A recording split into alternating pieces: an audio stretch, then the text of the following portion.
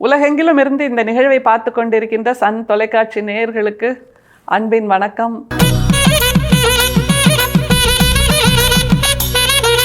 வள்ளல் பெருமானுடைய பாடல்களோடு பயணித்து கொண்டிருக்கிறோம். இன்னைக்கு எடுத்த உடனே ஒரு சந்தேகம் கேட்கலாமா? நம்மெல்லாம் ஓடி ஓடி ஓடி ஓடி உழைக்கிறோம்ல, எதுக்காக? பணம் சம்பாதிப்பதற்காக. அது எதுக்காக? நம்முடைய குடும்பத்தை காப்பாற்றுவதற்காக. அப்படி சம்பாதிக்கிற பணத்தில் வங்கியில் போட்டு வைக்கிறோம். முந்தியெல்லாம் வீட்டில் பெண்கள் அந்த கடுகு டப்பா, அரிசி டப்பா, புளி டப்பா இதிலெல்லாம் கூட போட்டு வைப்பாங்க இல்லையா? பணத்தை சிறுக சிறுக குருவி மாதிரி சேர்க்க வேண்டும் என்று நிச்சயமாக சொல்வார்கள். நம்முடைய தமிழில் ஒரு வழக்கம் கூட உண்டு, என்னென்னா பணத்தை தண்ணி மாதிரி செலவு பண்ணாத அப்படின்னு சொல்லுவாங்க. இப்படி எல்லா விதங்களிலும் பணம் என்பது, பொருளாதாரம் என்பது மிகவும் அத்தியாவசியமான ஒன்று என்று நாம் கருதி கொண்டிருக்கிறோம். ஆனால் வள்ளல் பெருமான் அப்படி கருதலை. அவர் என்ன சொல்கிறார் தெரியுமா? இன்றைக்கி நம்ம பார்க்க போகிற பாட்டில் நீங்களே அதை கேட்டிங்கன்னா ஆச்சரியப்படுவீங்க. மிக எளிமையான பாடல், அதற்கு தனியாக விளக்கம் அப்படிங்கிறதெல்லாம் தேவையில்லை.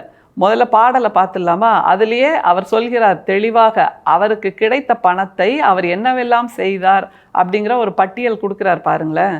பணத்திலே சிறிதும் ஆசை ஒன்றிலை, நான் படைத்த அப்பணங்களை பலகால் கிணற்றிலே எறிந்தேன், குளத்திலும் எறிந்தேன், கேணியில் எறிந்தனன் எந்தாய், குணத்திலே நீதான் கொடுக்கின்ற பொருளை எரிகலேன், கொடுக்கின்றேன் பிறர்க்கே, கணத்திலே எல்லாம் காட்டும் நின் அருளை கண்டனன், இனி சொல்வதென்னே. பாத்தீங்களா? அவருக்கு கிடைச்ச பணத்தை அவர் கிணத்துல எரிஞ்சாராம், கேணியில் எரிஞ்சாராம், குளத்தில் எரிஞ்சாராம், தனக்கு தேவையில்லைன்னு தூக்கி போட்டிருக்காருங்க. எப்படிப்பட்ட மனம் இருக்கிறது அவருக்கு இல்லையா?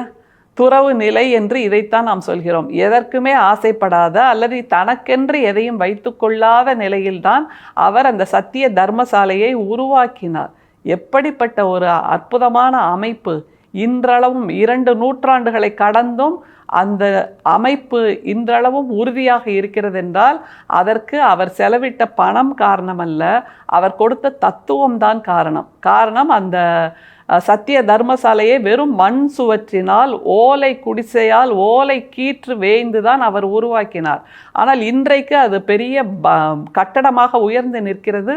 உயர்ந்து நிற்பது வெறும் கட்டடம் மட்டுமல்ல, அவருடைய சித்தாந்தம், அவருடைய வேதாந்தம், சத்திய தர்மம் என்கின்ற அவருடைய நிலைப்பாடு என்பதை நாம் புரிந்து கொள்ள வேண்டும். ஆனால் நாம் எவ்வளவு பணம் சம்பாதிக்கிறோம், எவ்வளவு செல்வம் சம்பாதிக்கிறோம் என்பது முக்கியமல்ல. என்ன தத்துவத்தின்படி நாம் வாழ்கிறோம், எதை நம்முடைய கருத்தியலாக கொள்கிறோம் என்பதனால் தான் நம்முடைய வாழ்க்கை அடையாளப்படுகிறது என்பதை விளக்கி சொல்லுகின்ற பாடல் தான் இது.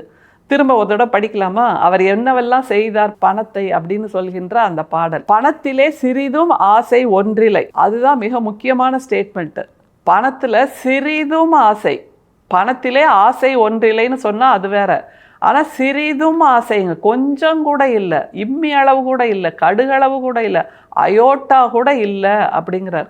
அந்த அளவுக்கு சிறிதும் ஆசை ஒன்றிலை. ஆனால் நமக்கெல்லாம் பெரிதும் ஆசை இருக்குங்கிறத நம்ம புரிஞ்சுக்கணும். அப்படியான நிலையில் நம்முடைய கண்களை திறந்து காட்டுகிறார் நம்முடைய வள்ளல் பெருமான். நம்ம எப்படி இருக்கணும், எதை நம்முடைய அடையாளமாக வைத்து கொள்ள வேண்டும் என்பதை சொல்லுகின்ற ஒரு பாடல் இது. சரி, பணத்திலே சிறிதும் ஆசை ஒன்றிலை. சரி, அவர் கிடைச்ச பணத்தை என்ன செஞ்சாராம்? நான் படைத்த அப்பணங்களை பலகால் கிணற்றிலே எறிந்தேன், குளத்திலும் எறிந்தேன், கேணியில் எறிந்தனன் என் தாய். என் தாய்ன்னு அவர் யார்கிட்ட சொல்றாரு? அந்த தனித்த பெரும் கருணை என்கின்ற அந்த அருட்பெரும் சோதியிடம்தான் பேசுகிறார். எனக்கு கிடைச்ச பணங்களை அப்படிங்கிறார். அப்போ அவருக்கு நிறைய செல்வம் கிடைத்திருக்கிறது. கிடைத்த பணங்களை அவர் கிணத்துல எரிஞ்சாச்சு, கேணியில் எரிஞ்சாச்சு, குளத்தில் எரிஞ்சாச்சு, வந்தவங்களுக்கெல்லாம் அள்ளி கொடுத்தாச்சு.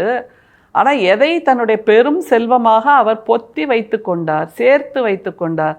பொத்தி வச்சுக்கிட்டார்னு சொல்கிறது கூட தப்பு, ஏன்னா அதையும் எல்லோருக்கும் அள்ளி கொடுத்தாருங்கிறத அவரே சொல்கிறாரு.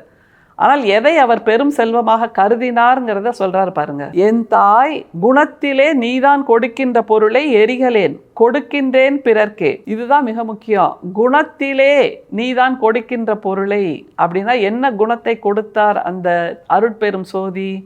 தனிப்பெரும் கருணை எதை கொடுத்தார் நம்முடைய வள்ளல் பெருமானுக்கு? பிறருக்கு பசிப்பினை நீக்குகின்ற மருத்துவனாக நீ வரவேண்டும் என்கின்ற அந்த சிந்தனையை கொடுத்திருக்கிறார். அதை தவிர சாதி சமயம் மதம் சழக்குகள் இந்த வழக்காறுகள் இந்த அழுக்காறுகள் எல்லாம் கடந்த ஒரு நிலையை நீ உருவாக்க வேண்டும் என்கின்ற அந்த குணத்தையும் கொடுத்தார். அதனால்தான் இன்றளவும் அந்த அணையா அடுப்பு, அந்த நீள் விரதம், அந்த உணவு கொடுக்கின்ற அந்த உணவு சாலை, அதே போன்று வடலூரில் இருக்கின்ற அந்த சத்திய தர்மசாலை, அது கொடுக்கின்ற தத்துவங்கள், சாதி கிடையாது, சமயம் கிடையாது, மதம் கிடையாது, அடையாளங்கள் கிடையாது, ஆகமங்கள் கிடையாது. அதுதான் மிக முக்கியம். இப்படித்தான் இப்படித்தான் இப்படித்தான் என்று சேணம் போடுகின்ற பாதை எதுவுமே வடலூரில் கிடையாது என்னும்போது, இப்படிப்பட்ட ஒரு புதிய சித்தாந்தத்தை கொண்டு வந்து கொடுத்த அந்த நிலையைத்தான் நம்முடைய வள்ளல் பெருமான் சொல்கின்றார். அதுதான் அவருக்கு கிடைத்திருக்கக்கூடிய மிக பெரும் செல்வம் என்று சொல்கிறார். இந்த செல்வத்தை தனக்கு மட்டும் வச்சுக்கிட்டாரா? அது ஒரு மிகப்பெரிய கேள்வி. பொதுவாக இந்த மாதிரி ஞானிகள் தனக்கு கிடைத்த விளக்கத்தை, தனக்கு கிடைத்த அந்த பேரன்பை, தனக்கு கிடைத்த அந்த பெரும் ஞானத்தை தன்னுடைய செல்வம் என்று பொத்தி வைத்துக் கொள்வது வழக்கமா என்றால் நம்முடைய தமிழ் சித்தர் மரபில் அப்படி இல்லை. தமிழ் சித்தர்கள் எல்லோரும் தாங்கள் கண்டடைந்த உண்மைகளை மற்றவர்களுக்கு அள்ளி அள்ளி கொடுத்திருக்கிறார்கள். அதை அள்ளி கொடுத்த அந்த செல்வத்தை எடுத்துக்கொள்ள வேண்டிய பொறுப்பு மட்டும்தான் நமக்கானது என்பதை வள்ளல் பெருமான் சொல்கிறார். அப்படி கிடைத்த பெரும் செல்வத்தை மற்றவர்களுக்கும் நான் கொடுத்தேன் என்று சொல்கிறார். தன்னுடைய தாயாக இருக்கக்கூடிய அந்த அருட்பெரும் சோதியிடம். கணத்திலே எல்லாம் காட்டும் நின்னருளை கண்டனன் இனி சொல்வதென்னே. மனசுல புரிஞ்சிடுச்சு, மனசுல விளக்கம் வந்துடுச்சுன்னா கணத்திலே நமக்கு அந்த அருள் வந்து சேரும் அப்படின்னு சொல்றார். உங்களுக்கு தெளிவு வந்தாச்சு, விளக்கம் வந்தாச்சு, புரிதல் வந்தாச்சு, ஒரு குழப்பமில்லாத மனநிலை வந்தாச்சு அப்படின்னா அந்த அருள் உடனடியாக சட்டுன்னு சொல்வோம்ல, அந்த மாதிரி வந்து மனசுல பச்சுன்னு ஒட்டிக்கும். அப்படி ஒட்டி கொண்ட பின்பு எனக்கு வேற என்ன சொல்வதற்கு இருக்கு அப்படின்னு வள்ளல் பெருமான் கேட்கிறார் என்றால் அவர் எப்படிப்பட்ட பயணத்தை செய்து இந்த நிலைக்கு வந்து சேர்ந்திருக்கிறார்ங்கிறத நம்ம புரிஞ்சுக்கணும். முதல் திருமுறையிலிருந்து 6ஆம் திருமுறை வரைக்கும் பயணித்த நம்முடைய வள்ளல் பெருமானுடைய வாழ்க்கையைப் போலவே நம்முடைய வாழ்க்கையையும் உருவாக்கி கொள்ள வேண்டியது, ஆக்கி கொள்ள வேண்டியது நம்முடைய கடமை என்பதை சொல்லி தருகின்ற ஒரு பாடல். பணங்கள் பின்னால் செல்லாமல் நல்ல குணங்கள் பின்னால் செல்ல வேண்டும் என்று நமக்கு கண்ணை திறந்து விடுகின்ற பாடல். இதன்படி நடக்க முயற்சியாவது செய்வோம். அருட்பெரும் சோதி, அருட்பெரும் சோதி, தனிப்பெரும் கருணை, அருட்பெரும் சோதி. மீண்டும் சந்திப்போம். நன்றி, வணக்கம்.